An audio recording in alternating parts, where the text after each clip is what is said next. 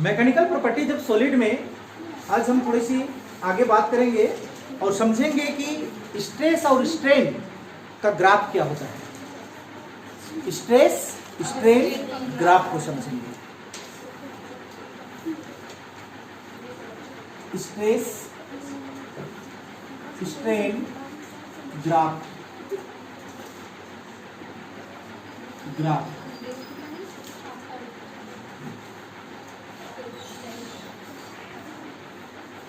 चलिए समझिए। पहले इसका सेटअप सब समझेंगे, ठीक। कि आपके पास में एक क्या होता है, वर्नियर स्केल होता है। समझ पाए क्या स्केल होता है? वर्नियर स्केल होता है। ये देखिए, ये आपका वर्नियर स्केल है। इस तरह से आप इसको सीधा कर देंगे। ये आपका मान के चले कि क्या है, वर्नियर स्केल है। वर्नियर स्केल है का मतलब क्या, इसमें हमारा कुछ पॉइंट नंबरिंग होंगे। मान के चलिए ये 1 हो गया, ये इस तरह से 2 हो गया, 3 इस तरह से, 4 5 6 7 8 इस तरह से आपका स्केल में कुछ प्रिंटेड होते हैं। आप देखे होंगे डिजिट की, ठीक। अब इधर हम कोई वायर को लेते हैं। किसको लेते हैं? वायर को लेते हैं। इस वायर की लंबाई यहां तक हम L मान के रखते हैं। क्या मान के रखें? L। इस तार की लंबाई ओरिजिनल लेंथ क्या है? L है। समझ पा रही है? अब हम क्या करते हैं कि यहां पे हम स्ट्रेस देना शुरू करते हैं। मतलब बारी बारी से डिफरेंट वेट का कुछ हमारा ऑब्जेक्ट है, उसको इसमें हम लोग क्या करते हैं, इसके टर्मिनल पोजीशन पे लगाना शुरू करते हैं। समझ में आ गया? अब इस पे आपका क्या लगा होता है? एक पॉइंटर लगा होता है। क्या लगा होता है? पॉइंटर लगा होता है। पॉइंटर लगा होता है का क्या मतलब कि मान के चलिए ये आपका पॉइंटर है, तो जब ये न्यूट्रल है तो ये किसको इंडिकेट किया? 3 को इंडिकेट किया। समझ पा रही है? जब आप इसमें वेट देंगे तो ये वाला क्या होता है? स्ट्रेच होता है। इसका लंबाई क्या होती है? बढ़ती है। तो कितना बढ़ेगी? तो ये 7 में नीचे आएगा। उसको आप क्या करेंगे? रीड करेंगे। पहले आप 1 kg का वजन दिए, फिर ये कितना स्ट्रेच हुआ, ये वायर, उसको आप नोट डाउन करेंगे। फिर उसको रिमूव करके क्या करेंगे? 2 किलो वाला वजन देंगे, तो 2 किलो में देखेंगे कि ये और कितना बढ़ा। फिर उसको और क्या करेंगे? रिमूव करेंगे। इसी तरह से बारी बारी से आप बहुत सारा क्या करेंगे? वजन को यहाँ पे लगाएंगे, और वजन के बढ़ने से इसका जो लंबाई है वो कितना बढ़ता है, उसको क्या करेंगे? हम लोग मेजर करेंगे। समझ पाई? यहाँ पे इसका वर्नियर स्केल लगा होता है, जिससे हम लोग को मालूम हो चले कि ये कितना इसका लंबाई इंक्रीज हो रही है। ये इसको मान के चलिए 1 kg का यहाँ पे है, तो जब हम 2 kg का लगाएंगे तो इसको उतार के लगाएंगे ना, किसी में और नहीं लगा देंगे, अलग अलग। पहले 1 किलो का रीडिंग लिए, फिर 2 किलो का, 3 किलो का, इस तरह से बारी बारी का क्या लेंगे हम लोग? रीडिंग लेंगे। समझ में आ गया? तो देखते हैं हम लोग को आगे क्या मिलता है। इस रीडिंग को जानने के लिए आप यहाँ पे कुछ कॉलम बना लीजिए, ताकि आपको इस रीडिंग को पढ़ने में सुविधा हो। पहला कॉलम बना लीजिएगा आप सीरियल नंबर, ठीक। दूसरा में लिख लीजिए स्ट्रेस और दूसरा में लिख लीजिए स्ट्रेन। एक में लिख लीजिए स्ट्रेस और दूसरा में लिख लीजिए स्ट्रेन। स्ट्रेन। चलिए इस तरह से आप कॉलम बना लेंगे। अब यहां पे स्ट्रेस इक्वल टू आप क्या जानते हैं?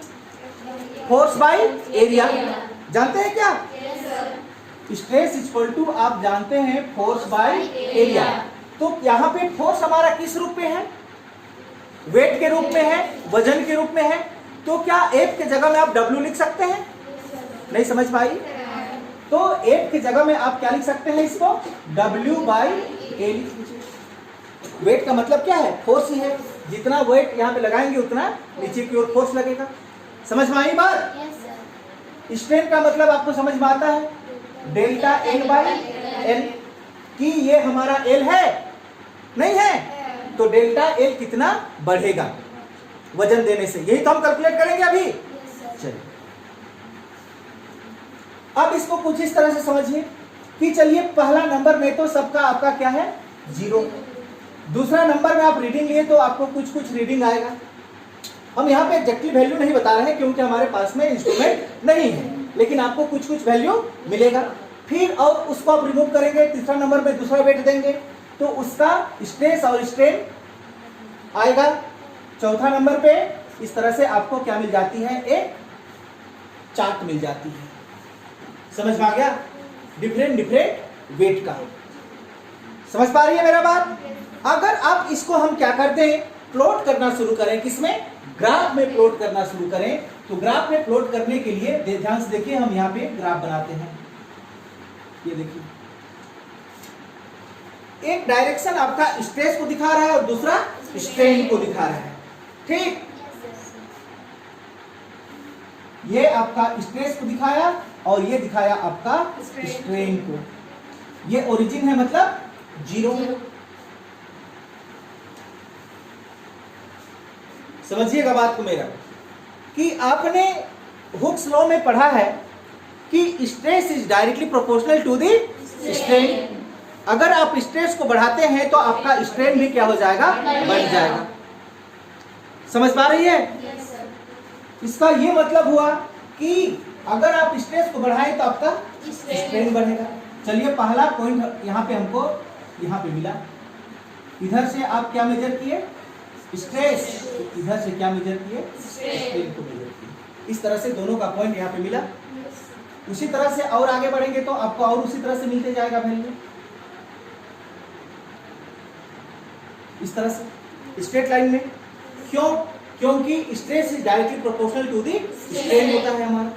मतलब अगर आप इसको इस तरह से ग्राफ खींचे तो आपको एक स्ट्रेट लाइन मिल जाएगी दोनों के बीच में। समझ पाया? चलिए आगे ध्यान से देखिएगा आप।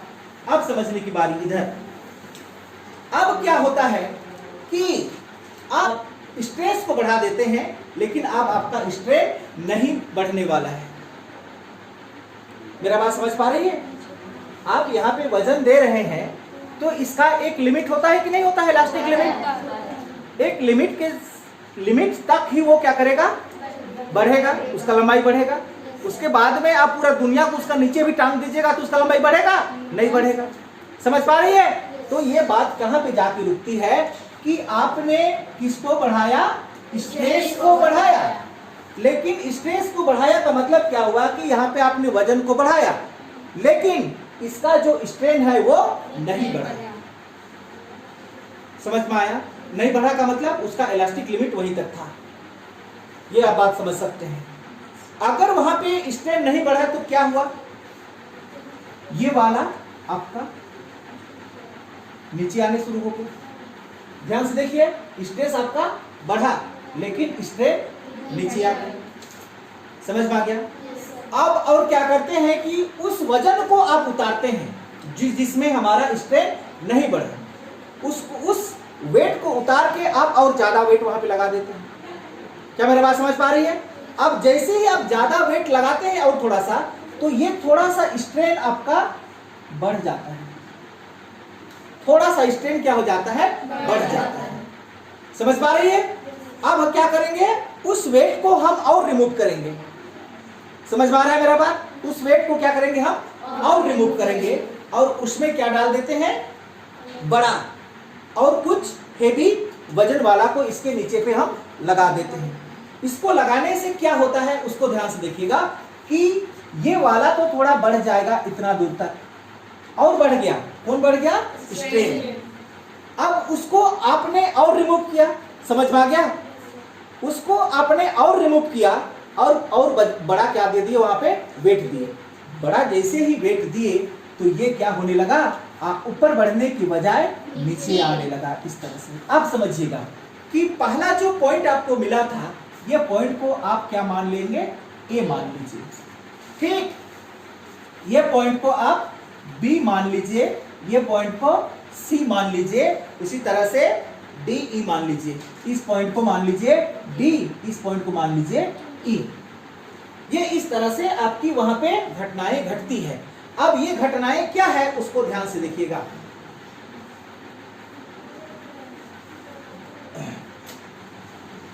बन गया इतना सब फिगर? पहला नंबर पे आइए, यहां से आपको क्या दिखाई दे रहा है?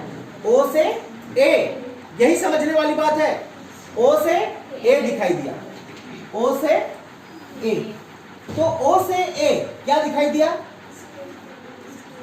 Stress is directly proportional to the strain. यहां तक आप स्ट्रेस को बढ़ाए तो आपका साथ में स्ट्रेन बढ़ा। कहां से कहां तक? ओ से ए तक। समझ पा रही है?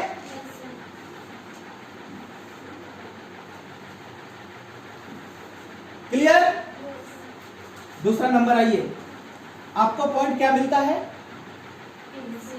बी। आपने और वजन को बढ़ाया तो आपको क्या मिला? एक पॉइंट बी मिला। ये पॉइंट बी आपको इंडिकेट कर रहा है कि यहां तक अगर आप यहां का डिफॉर्मिंग फोर्स को रिमूव कर देते हैं, समझ पा रही है? यहां तक डिफॉर्मिंग फोर्स को रिमूव कर देते हैं तो आपका जो मटेरियल है वो अपना ओरिजिनल कॉन्फ़िगरेशन में लौट आएगा। समझ में आ गया? अपना ओरिजिनल कॉन्फ़िगरेशन में लौट आएगा। वहां तक लौट आएगा, कहां तक? हार्डली पॉइंट बी तक। यानी कि पॉइंट बी को हम लोग किसके नाम से जानेंगे? यील्ड पॉइंट के नाम से जानेंगे। किस पॉइंट के नाम से जानेंगे? यील्ड पॉइंट के नाम से जानेंगे, क्योंकि वहां तक आपका इलास्टिक लिमिट काम करेगा। समझ पाई? तो यहाँ पे आपका बी क्या है? यहाँ पे यील्ड पॉइंट कहेंगे इसको, यील्ड पॉइंट। यहां तक इलास्टिक बिहेवियर फ्लो करता है, मतलब यहां तक का वजन को आप रिमूव कर देते हैं तो ये जो हम मटेरियल लिए हैं वो अपना ओरिजिनल कॉन्फ़िगरेशन में रिटर्न आ जाएगा। इसी को हम लोग क्या किसके नाम से जानते हैं? यील्ड पॉइंट के नाम से जानते हैं। यहां तक क्या करता है? Elastic behaviour. इलास्टिक बिहेवियर का मतलब समझ में आता होगा कि डिफॉर्मिंग फोर्स को हटाने से वो अपना ओरिजिनल कॉन्फ़िगरेशन में लौट के आएगा।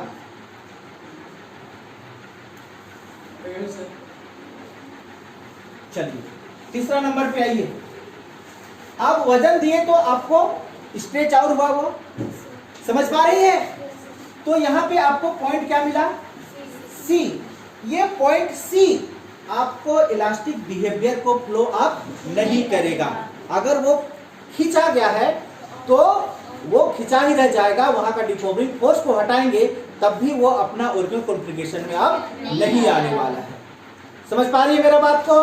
तो यहाँ पे सी पॉइंट को हम लोग क्या कहेंगे? Elastic behaviour not flow. C हमारा क्या है? Elastic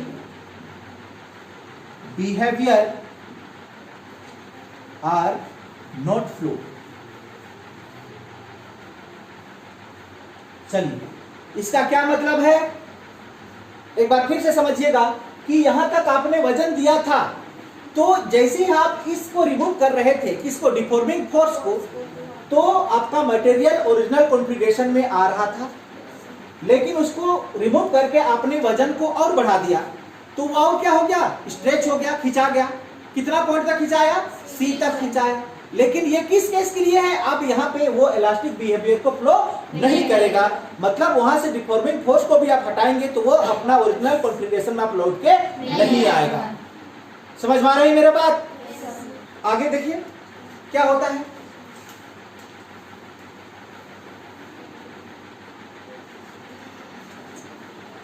C is permanent set. C पे वहां पे क्या हो गया? वो परमानेंट सेट हो गया, मतलब आप वो ऊपर की ओर अपना ओरिजिनल कॉन्फ़िगरेशन में नहीं आएगा। समझ पा रही है मेरा बात? Permanent set. यहां तक हम डिफॉर्मिंग फोर्स को हटा रहे थे तो अपना ओरिजिनल कॉन्फ़िगरेशन में लौट के आ रहा था, लेकिन डी जैसे ही मतलब और हमने वजन बढ़ाया तो हमको क्या पॉइंट मिला? सी पॉइंट मिला। तो इस सी पॉइंट से अगर हम आप डिफॉर्मिंग फोर्स को रिमूव करेंगे तब भी वो आप अपना ओरिजिनल कॉन्फ़िगरेशन में नहीं लौट के आएगा, मतलब यहाँ पे सी क्या हो गया? परमानेंट सेट हो गया। समझ पाई? चलिए आगे ध्यान से देखिए। आपका अगला पॉइंट क्या है? 4 नंबर पे डी। क्या है ये? डी। दिखाई देता है आपको? हाँ, ये डी क्या है आपका? इसको कहते हैं हम लोग ब्रेकिंग स्ट्रेस। इसको क्या कहते हैं? ब्रेकिंग स्ट्रेस कहा जाता है।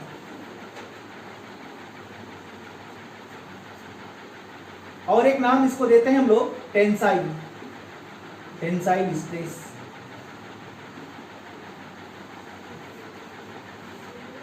समझिएगा। अब और आपने वजन बढ़ाया तो आपको कौन सा पॉइंट मिला था? Point D. ये पॉइंट डी किसके नाम से जाना गया? Breaking stress. आप यहाँ पे आपका तार टूटना शुरू होगा। क्या होगा? टूटा नहीं है, टूटना शुरू होगा। अभी तक टूटा नहीं है। समझ पाई? इसलिए इस पॉइंट डी को हम किसके नाम से जानते हैं? ब्रेकिंग स्ट्रेस के नाम से जाना जाता है। समझ में आ गया? अब उसको और थोड़ा सा हम क्या कर दे, वजन बढ़ा दिए तो हमको एक लास्ट पॉइंट क्या मिला? ई। ध्यान से देखिए, ये ई पॉइंट आपका क्या है? ब्रेकिंग पॉइंट है। यहाँ पे आपका तार टूट जाएगा। Breaking point, breaking point. समझ पाई? एक बार फिर से आपको हम यहां पे समझाएंगे कि ओ से ए तक स्ट्रेस और स्ट्रेन डायरेक्टली प्रोपोर्शनल थे एक दूसरे की। मतलब स्ट्रेस को बढ़ा रहे थे तो स्ट्रेन बढ़ रहा था, ठीक। लेकिन पॉइंट एस के बाद में जब आपने स्ट्रेस को बढ़ाना शुरू किया, किसको बढ़ाना शुरू किया? स्ट्रेस को बढ़ाना शुरू किया, तो क्या हुआ कि वहां पे आपका थोड़ा दूर इलास्टिक बिहेवियर तो किया, वो थोड़ा दूर क्या किया? इलास्टिक बिहेवियर किया, लेकिन स्ट्रेन और स्ट्रेस में फर्क आ गया। ध्यान से देखिए, आपने स्ट्रेस को बढ़ाया लेकिन आपका स्ट्रेन नहीं बढ़ा। बढ़ता तो आपका सीधे जाता। वजन बढ़ाने से क्या होता है? स्ट्रेस बढ़ेगा और स्ट्रेस के बढ़ने से स्ट्रेन बढ़ेगा। तो ये घटनाएं केवल आपका पॉइंट ए तक हुआ। उसके बाद में आपने किसको बढ़ाया? स्ट्रेस को बढ़ाया। नहीं बढ़ाया स्ट्रेस को, यहां तक पॉइंट बी तक इलास्टिक बिहेवियर तो फ्लो किया वो, लेकिन आपका स्ट्रेन नहीं हुआ। क्या मेरा बात समझ में आया? पकड़ में आ रहा है मेरा बात? हम क्या बोलना चाह रहे हैं?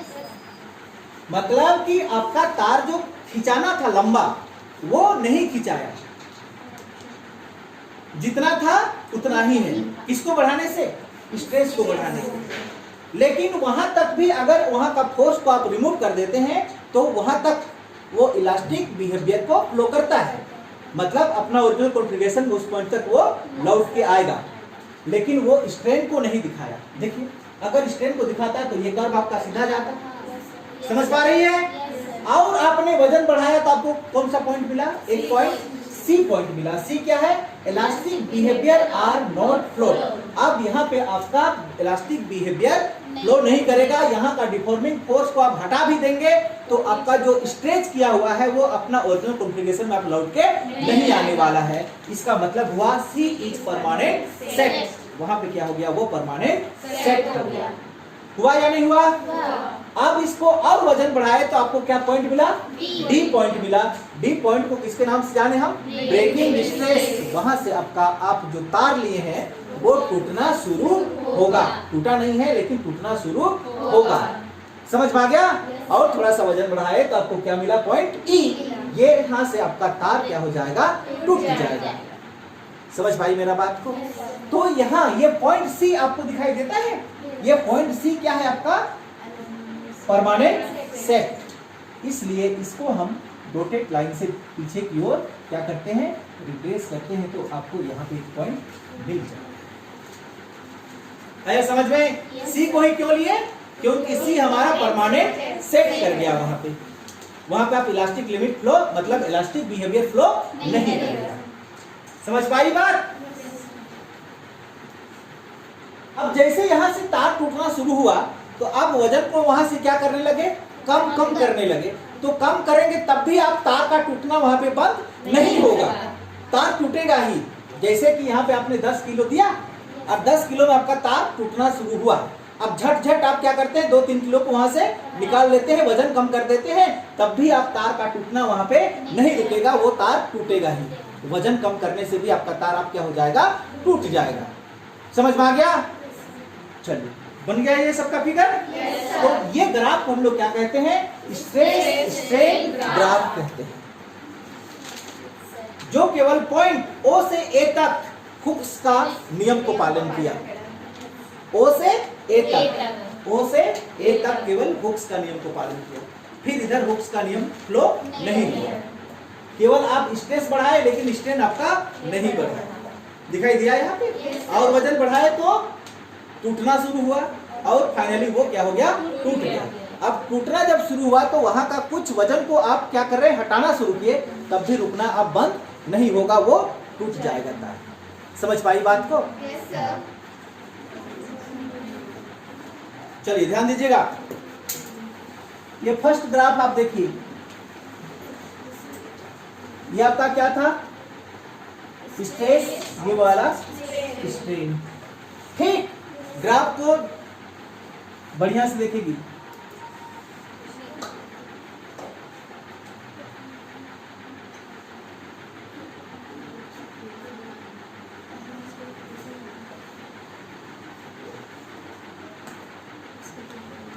ये स्ट्रेस, ये स्ट्रेन।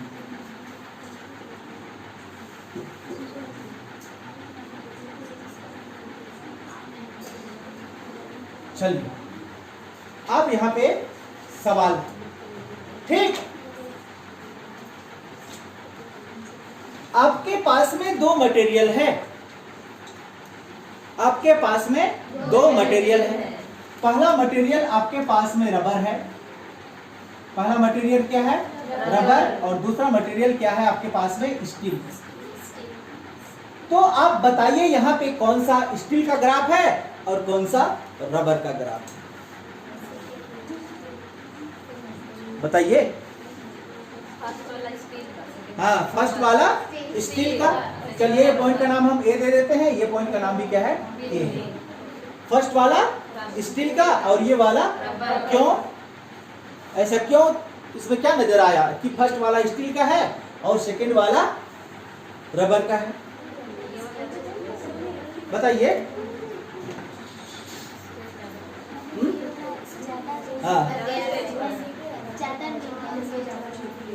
जल्दी बताइएगा तब ना हम आगे बढ़ेंगे। क्या नजर आया आप लोगों को ग्राफ से? दोनों ग्राफ हमारा सेम दिखाई देता है। हाँ हाँ, चलिए ध्यान से देखिए, ये आपका किसके लिए है, स्टील के लिए है, जबकि ये किसके लिए है, रबर के लिए है। अब इसमें पकड़ने का बताते हैं कि मान के चलिए आपके पास में एक रबर का क्या है, रड, और एक स्टील का रड है। दोनों में आप क्या देते हैं, सिंगल, मतलब सेम वजन देते हैं, नीचे स्ट्रेस देते हैं। तो रबर आपका ज्यादा स्ट्रेच होगा जबकि आपका स्टील कम स्ट्रेच होगा। नहीं समझ पाई? तो क्या समझी कि आप स्ट्रेस तो दोनों में क्या दिए, सेम दिए, लेकिन स्टील का स्ट्रेन क्या था, कम था, जबकि इसका ज्यादा था। इसलिए ये ग्राफ इधर ऊपर गया और ये इधर फ्लो हुआ। अगर ये दो पॉइंट को देखिए, यहाँ आप एक पहला स्ट्रेस यहाँ पे दिए और दूसरा स्ट्रेस यहाँ पे दिए, ठीक। उसी तरह से रबर में पहला स्ट्रेस यहाँ पे दिए और दूसरा स्ट्रेस यहाँ पे दिए, दोनों में सेम स्ट्रेस था, ठीक। अगर ये दोनों को आप मिला दें, ध्यान से देखिए, इस तरह से, और नीचे भी मिला दें इस तरह से, ध्यान से देखिएगा, तो ये दोनों के बीच का स्ट्रेस देखिए, यहाँ पे इतना गैप मिला, मिला कि नहीं मिला? जबकि यही दोनों को अगर आप यहाँ पे मिला दें तो ये दोनों के बीच का स्ट्रेस को देखिए कितना ज्यादा है। तो ये किसके लिए था, रबर के लिए, ये स्टील के लिए। ये क्या शो किया, समझ में आ रहा है ग्राफ का मतलब, कि स्टील का रड ज्यादा स्ट्रेच नहीं हुआ जबकि रबर का आपका ज्यादा स्ट्रेच हुआ। पकड़ में आ रहा है बात? Yes sir. इस तरह से पकड़िएगा।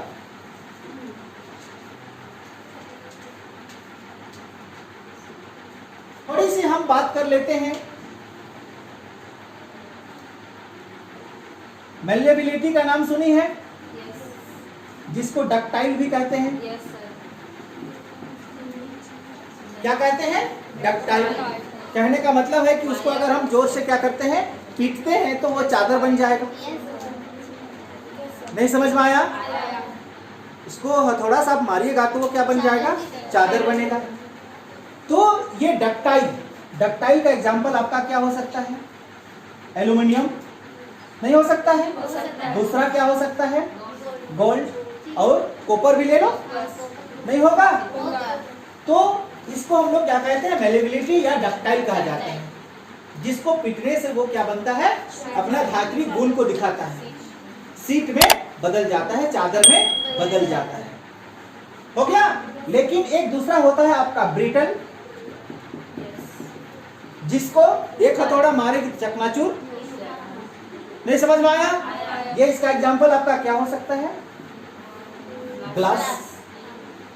नहीं समझ में आया? आया कि आपने एक जगह क्या रखेंगे? लोहा को रखिए या एल्युमिनियम को? एक तरफ किसको रखिए? ग्लास को, और दोनों के एक हथौड़ा मारिए, आपका एल्युमिनियम क्या बन जाएगा? चादर जैसा पतला हो जाएगा, लेकिन आपका ग्लास क्या हो जाएगा? टूट जाएगा। तो उसी गुण को हम लोग क्या कहते हैं?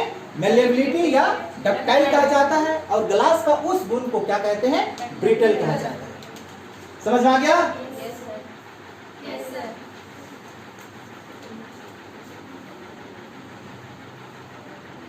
ये पहला, दूसरा, ये हम इसको तीसरा नंबर लेते हैं। इधर क्या हो गया आपका? स्ट्रेस, इधर क्या हो गया? स्ट्रेन।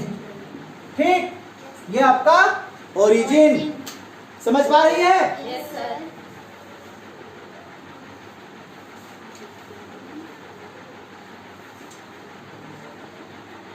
इधर स्ट्रेन, इधर स्ट्रेस। ये तो ओरिजिन। सवाल कि कौन आपका ब्रिस्टल है और कौन आपका डक्टाइल है? जल्दी बताइए, कौन आपका डक्टाइल है और कौन आपका ब्रिटल है? हाँ, ये क्या है? ये डक्टाइल है और ये ब्रिटल। ऐसा क्यों? हाँ, मतलब ये भलो क्या हो जाए, स्ट्रेस देने से स्ट्रेन खो दे, लेकिन ये आगे की ओर बढ़ते चला जाएगा, पत्ती के रूप में पतला होते चला जाएगा। लेकिन ये देखिए, एक ही बार में ये डाउन टूट जाएगा तो कहां से बनेगा? समझ पाई? ग्राफ को पकड़िएगा, बात समझ में आया? हाँ। अब हम कुछ न्यूमेरिकल क्वेश्चन की ओर बढ़ते हैं। ठीक, यस सर।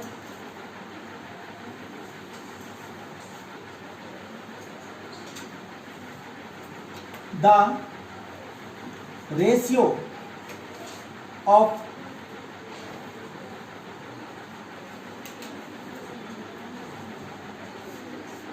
क्या क्वेश्चन समझ पाई? एक बार बताते हैं। द रेशियो ऑफ रेडियाई, दोनों का जो रेडियस है, रेडियस का प्लूरल क्या होता है? रेडियाई। ऑफ टू वायर, दो वायर है, ऑफ सेम मटेरियल, एक ही चीज का क्या हुआ है? बना हुआ है, उसका रेडियाई का रेशियो कितना है? 2:1 है। If these wire are stretch, ये दोनों वायर को क्या करते हैं? खींच दिया जाए बाय इक्वली फोर्स, बराबर फोर्स से। Find the ratio of stress produce in them, तो दोनों का रेशियो, स्ट्रेस का रेशियो कितना होगा? ये पूछा है क्वेश्चन। चलिए सॉल्यूशन। R1 रेशियो R2, यानी कि 2:1, यही दिया हुआ है आपका क्वेश्चन। नहीं दिया हुआ है? अब यहाँ पे फोर्स क्या है? दोनों का इक्वल है कि नहीं? इसका क्या मतलब? F1 equal to F2 equal to F, दोनों में इक्वली फोर्स आपने लगाया नहीं? तो स्ट्रेस इक्वल टू आप जानते हैं ना फॉर्मूला, क्या होता है? Force by area. समझ पाई? ये हमारा वायर है, मतलब एरिया क्या हो जाएगा? πr² हो जाएगा।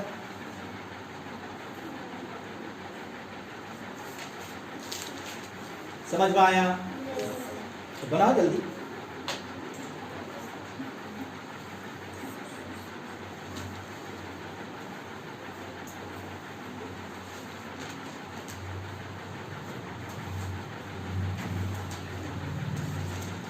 तो ध्यान से देखिए ना यहाँ पे सीधे, अब क्या लिख सकते हैं,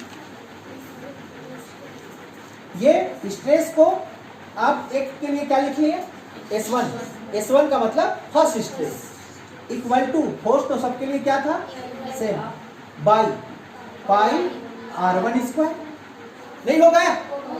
उसी तरह से S2 equal to 8 by pi R2 square. समझ में आया? According to question, according to questions S1 by S2, यही तो पूछा है। Find the ratio of stress produce in them, तो दोनों का रेशियो। S1 का क्या वैल्यू था आपके पास, F by pi R1 square by F by pi R2 square. F से F कैंसल, पाई से पाई कैंसल, क्या बचा आपके पास? हाँ, ये हमारा ऊपर चला जाएगा, ये आपका तीसरा टर्म बना ना, तो S1 by S2 equal to क्या मिला, R2 square by R1 square, यही मिलेगा। तो बताइए R2 कितना, R2 कितना 1, मतलब 1 का स्क्वायर बाई R2 कितना, R1 कितना 2 का स्क्वायर, 1 1 जा 1, 2 2 जा 4। नहीं समझ पाई? डाउट है?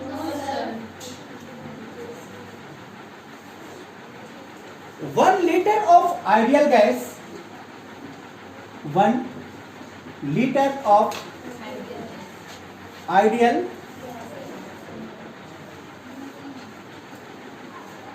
गिवन दैट, क्वेश्चन समझ में आया या नहीं आया? नहीं आया। 1 लीटर ऑफ आइडियल गैस, आपके पास में आदर्श गैस कितना 1 लीटर, इच कंप्रेस्ड, उसको क्या कर दी, तो कंप्रेस कर दी, दबा दी, किससे, किससे दबाई, मरकरी का 0.72 मोल से उसको क्या कर दी, कंप्रेस कर दी, ठीक, column, so that volume become कितना 0.9 लीटर, पहले कितना था 1 लीटर था, कंप्रेस कर दी तो कितना हो गया 0.9 लीटर हो गया। फाइंड इट स्ट्रेस, इसका स्ट्रेस को फाइंड करना है। It the density of mercury is 13.6 into 10 power 3 kg पर मीटर क्यूब। पहले आप यहाँ पे गिवन दैट क्या दिया हुआ है आपका, बताइए। V1 equal to 1 litre, V1 कितना दिया हुआ है 1 लीटर दिया हुआ है। P1 कितना,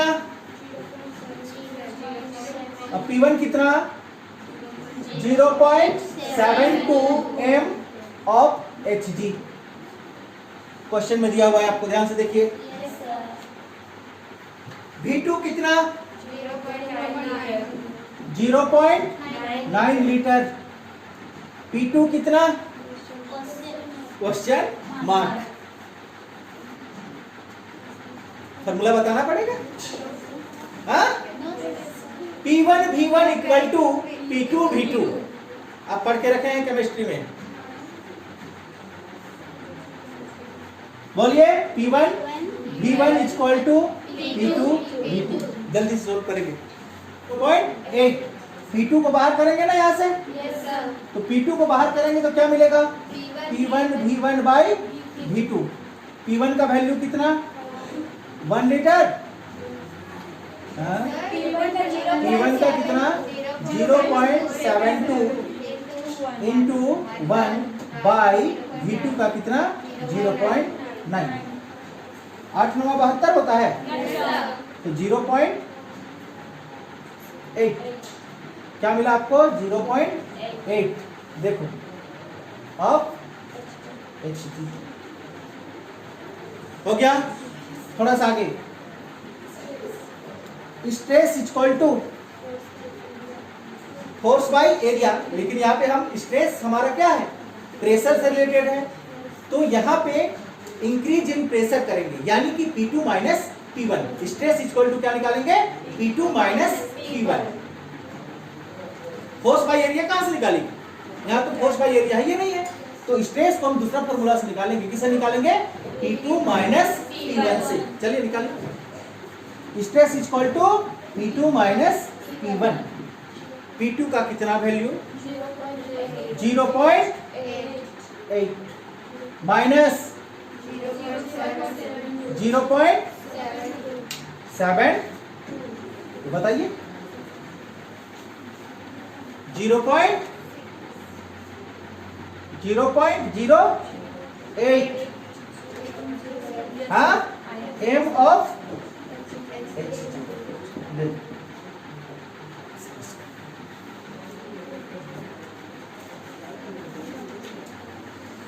नेक्स्ट क्वेश्चन लिखिए। ए 4 सेंटीमीटर क्यूब, ए 4 सेंटीमीटर, आप क्वेश्चन समझ पाई कि नहीं? ए 4 सेंटीमीटर क्यूब मतलब लंबाई गुना चौड़ाई गुना ऊंचाई, सब इसका कितना है? 4 centimetre. Has upper face, has upper face displaced, कितना डिस्प्लेस हो गया? 0.1 mm। कब? जब हम 8 के न्यूटन फोर्स लगाए। तो आपको क्या कैलकुलेट करना है? Share modulus of cube calculate करना है। बनाओ जल्दी, गिवन दैट पहले लिखो तब बनेगा, ऐसे थोड़े बनेगा।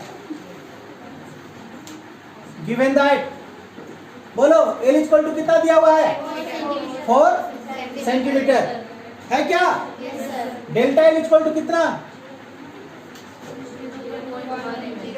नहीं है, वही तो है आपका। डिस्प्लेस हुआ delta L, change in length delta L कितना? 0.1 mm। सेंटीमीटर में कन्वर्ट कीजिए इसको, 0.01 सेंटीमीटर, 0.01 सेंटीमीटर, क्योंकि सबको हम एक ही फॉर्म में लाएंगे ना। और यहाँ पे क्या दिया हुआ है? ए भी चाहिए हमको।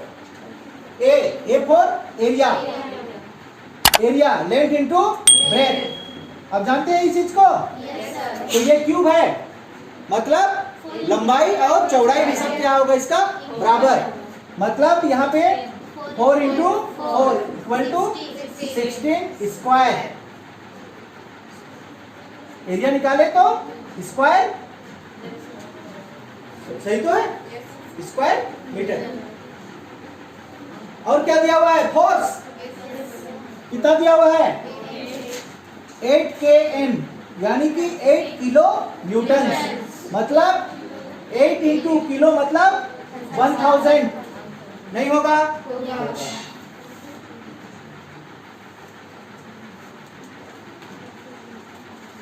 Newton's, 1 newtons equal to 10 power 5 dyne. आप इसको सेंटीमीटर में कन्वर्ट किए तो इसको नहीं करेंगे? तो 8 इंटू किलो की जगह में 1000, 1 newton equal to 10 power 5 dyne. CGS system में लेके लाए इसको, एमकेएस से। नहीं समझ में आया? ये 3 जीरो को हटाओ और इसको सीधे क्या आप लिख सकते हैं? 8 इंटू 10 पावर 8। क्या समझ पाई? यहाँ 3 जीरो है, इसको यहाँ पे लगा दिए तो वो कितना हो गया? 8 हो गया। 8 dyne. Capital G equal to क्या? कैपिटल जी क्या था? Rigidity of modulus. उसको और किसके नाम से जानते हैं? Shearing modulus of elasticity. क्या लिखा हुआ है? नहीं लिखा हुआ है? यानी कि आपको कैपिटल जी क्या करना है? फाइंड करना है। तो आप कैपिटल जी इक्वल टू क्या जानते हैं? जल्दी बोलिए। एफ एल एल या एच? एच मतलब ऊंचाई, तो एच लिखते हैं या एल लिखते हैं? एल ही लिख देते हैं। F L by A delta, नहीं नहीं पढ़े हैं? सब वैल्यू है आपके पास में? जल्दी सोल्व कीजिए। F का कितना वैल्यू है? 8 इंटू 10 पावर 8। L का कितना वैल्यू? 4 नहीं है? बनेगा कि नहीं बनेगा? 4 बाई एरिया इधर गया, इधर इंटू डेल्टा एल 0.01 सेंटीमीटर। काटो इसको 8 दूना 16, हाँ 2 दूना क्या मिला आपको? 2 इंटू 10 पावर 8 बाई 0.01। इसको ये काम करो, हाँ ऊपर ले जाओ, तो ये क्या हो जाएगा? 2 इंटू 10 पावर 10। ये इसका क्या हो गया आंसर? जी निकाले तो जी का यूनिट क्या होता है? जल्दी बोलिए। डाइन पर स्क्वायर सेंटीमीटर। डाइन पर स्क्वायर सेंटीमीटर, सेंटीमीटर स्क्वायर लिख लीजिए। समझ में आया? मतलब न्यूटन्स पर मीटर स्क्वायर था कि नहीं था? तो ये हमारा डाइन, मतलब न्यूटन्स के जगह में डाइन, मीटर के जगह में सेंटीमीटर। सीजीएस में है ये। यहाँ पे समझ पाई तुम लोग? ये पॉइंट के बदले में क्या करेंगे आप? 1 लगाएंगे, फिर 2 0, यानी कि 1/100 हुआ। तो 100 ऊपर गया, तो 100 को 10 का पावर 2 लिख सकते हैं। आपके पास में 2 था, फिर और पावर 2 कितना हो गया? 10। ये वैल्यू मिल गई। और एक क्वेश्चन लिखो, चलिए। The average depth of Indian ocean, the average depth of Indian Ocean is about 3000 metre. जो भारतीय समुद्र है, इंडियन ओशियन, भारतीय सागर है जो, उसकी गहराई कितना है? 3000 मीटर, मतलब 3 किलोमीटर गहरा है वो। समझ पा रही है? Calculate the fractional compression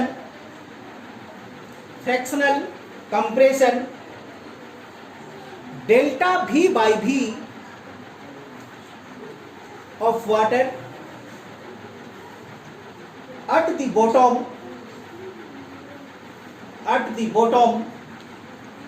of the ocean given that the bulk modulus of water is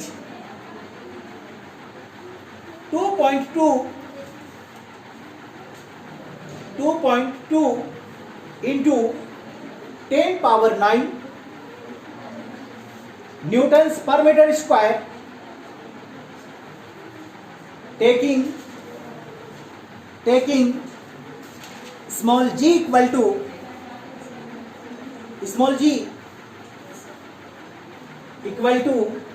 10 metre पर सेकेंड स्क्वायर। मतलब 9.8 की जगह में क्वेश्चन में क्या लिखा गया है? 10। गिवन दैट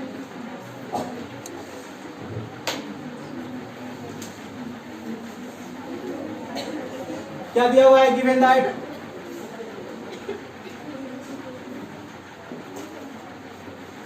जल्दी बताइए। h इक्वल टू कितना? 3000 मीटर, ये दिया हुआ है। b इक्वल टू क्या दिया हुआ है? b इक्वल टू क्या है? b का मतलब क्या हुआ? Bulk modulus. नहीं पढ़ी है? पढ़े हैं। कितना दिया हुआ है? 2.2 इंटू 10 पावर 9 न्यूटन्स पर मीटर स्क्वायर। ये दिया हुआ है। Yes sir. यहाँ पे प्रेशर भी निकाल लीजिए पहले। पी, पी का यहाँ पे फॉर्मूला निकालेंगे क्या? एच रो जी, एच रो जी, ये फॉर्मूला लगता है। चलिए, हाँ, एच रो जी, एच कितना? 3000 इंटू यहाँ पे डेंसिटी 10 पावर 3 1000 के बराबर इंटू जी। आपका क्वेश्चन में लिखा हुआ है 10 लेने के लिए नहीं लिखा गया है? सॉल्व कीजिए जल्दी इसको। कितना आया? 3 into 10 power 7, 3 into 10 power 7 Newton's पर मीटर स्क्वायर ना? न्यूटन्स पर मीटर स्क्वायर, न्यूटन्स पर मीटर स्क्वायर। अब आपको क्या बोला है? क्या बोला है ये? कैलकुलेट द फ्रैक्शनल कंप्रेशन, यानी कि स्ट्रेन, स्ट्रेन कैलकुलेट करने के लिए बोला है।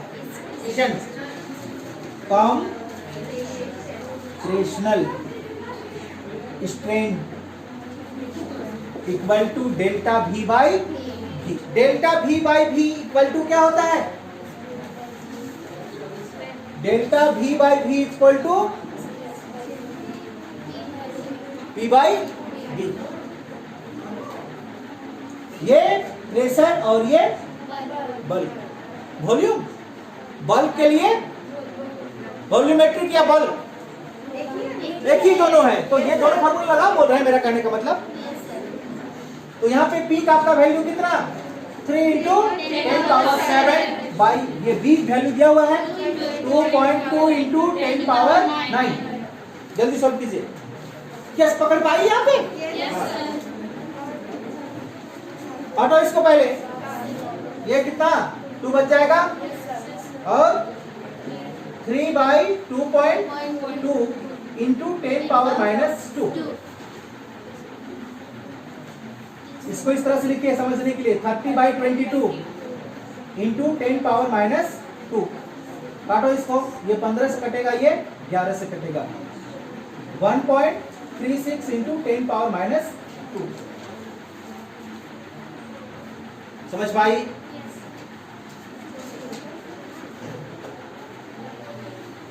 ये इसका आंसर।